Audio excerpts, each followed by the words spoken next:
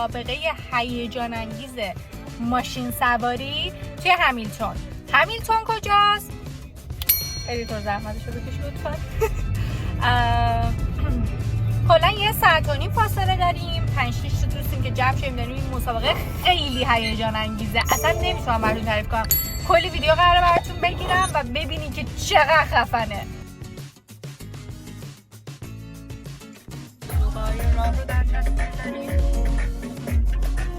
برای هر کی یه چیزی بیاره. 10 ساعت هم هست منتظر هستی خانمیم تشریف بیاره. پسنجر خانم نمیومدی. هلو چطوری؟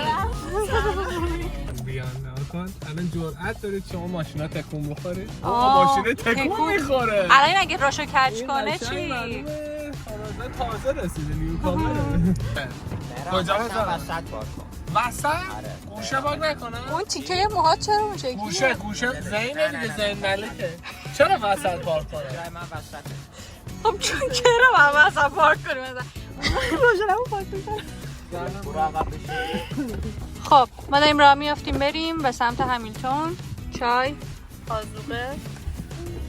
آذوقه‌مو 10 دفعه گرفتم. آخه ها یه سری چیزا بهش اد شد آخه. حرف بزنی عقب میری پیش بچه‌ها میشه. همین چیه مگه عکس داری چیز؟ این اتوها رو تازه گرفتم. از این اتوهاست که چیز سیم نداره و میخوام که اینجا امتحانش کنم ببینیم چه شکلیه. هر کی زیاد صحبت کنه داغ میذاریمش. اول گومای اصلی امتحان میکنیم. اگر اتفاقی افتاد خدایی نکرده برای من نیفته. داغ هست؟ نه داغ داره کاسر کنه داغ شود هستی که فقط میگه بذار رو 400 خورده این 200 تا بیشتر نداره. چه داغ شد؟ یه بیرونش که داغ میشه. داغ شده بکش خوده؟ داغه؟ بلرمه؟ وایستا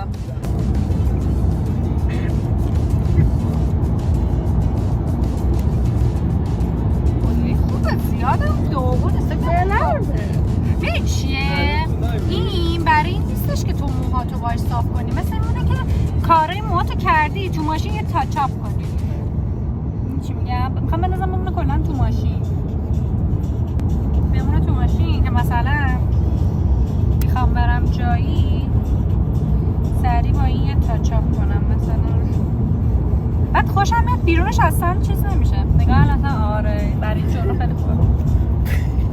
بعد این دکمه‌شو میزنی و تمام. جل الخالق جل الخالق جل الخالق ماشاءالله.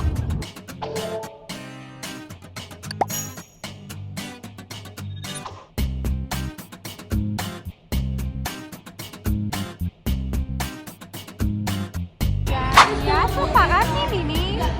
من چرا انقدر من چرا این مسابقه انقدر محبوبه؟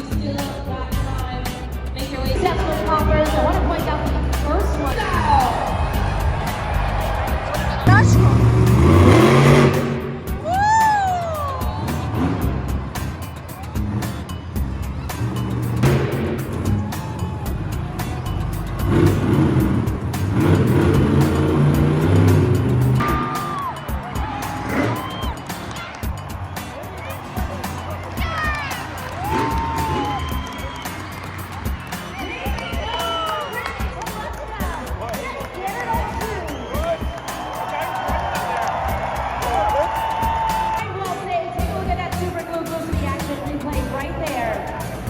Goes out to the side to BK.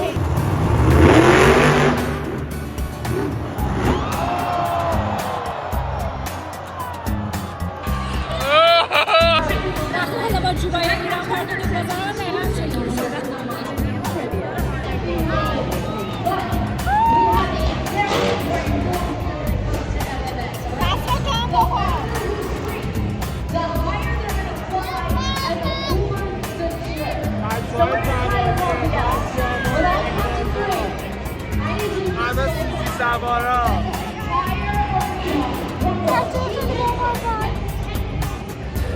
هوندای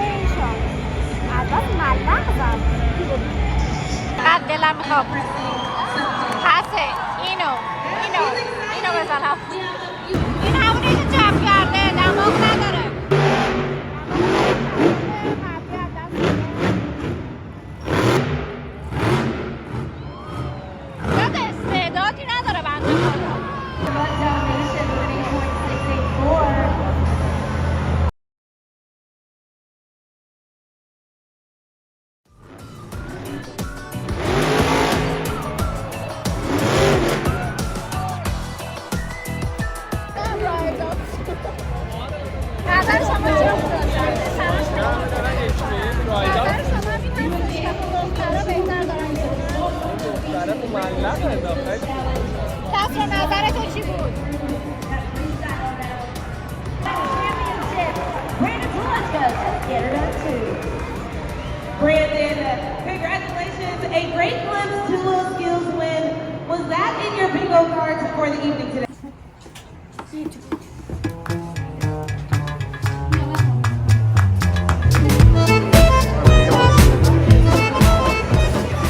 یه رستوران ایتالیایی خیلی معروفه که همه جای کانادا شو بدن. این منو فقط دیزاینشون باحاله.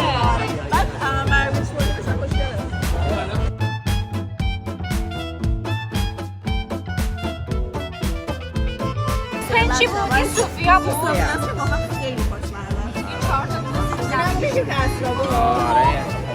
و واقعا خوشمزه است. چه باحال، بغلش قیچی داره.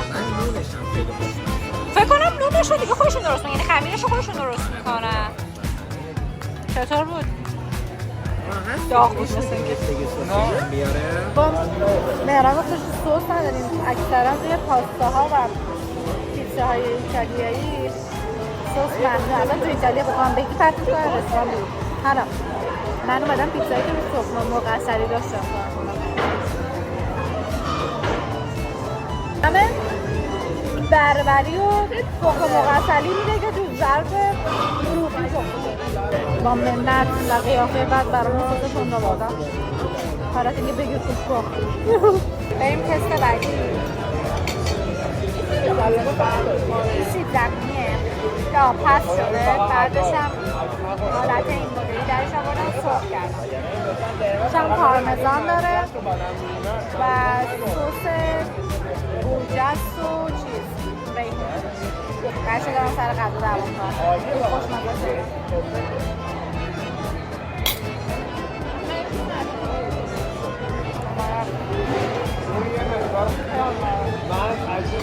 اکثر رستوران دارم. حتما واین بابل رو امتحان کنید. شرابایی که گاز دارن خیلی خوشمزه است. دیگه فیوریت ما مسکتو. حالا امکان میتونیم توی تیپ بذاریم یا نه، ولی کلا شراب گازدار رو حتما امتحان کنید. شیرینه، خنکه، حالت اون دیدی سری با غذایش به گاز دارم بخوری خیلی باحاله، خیلی حال میده.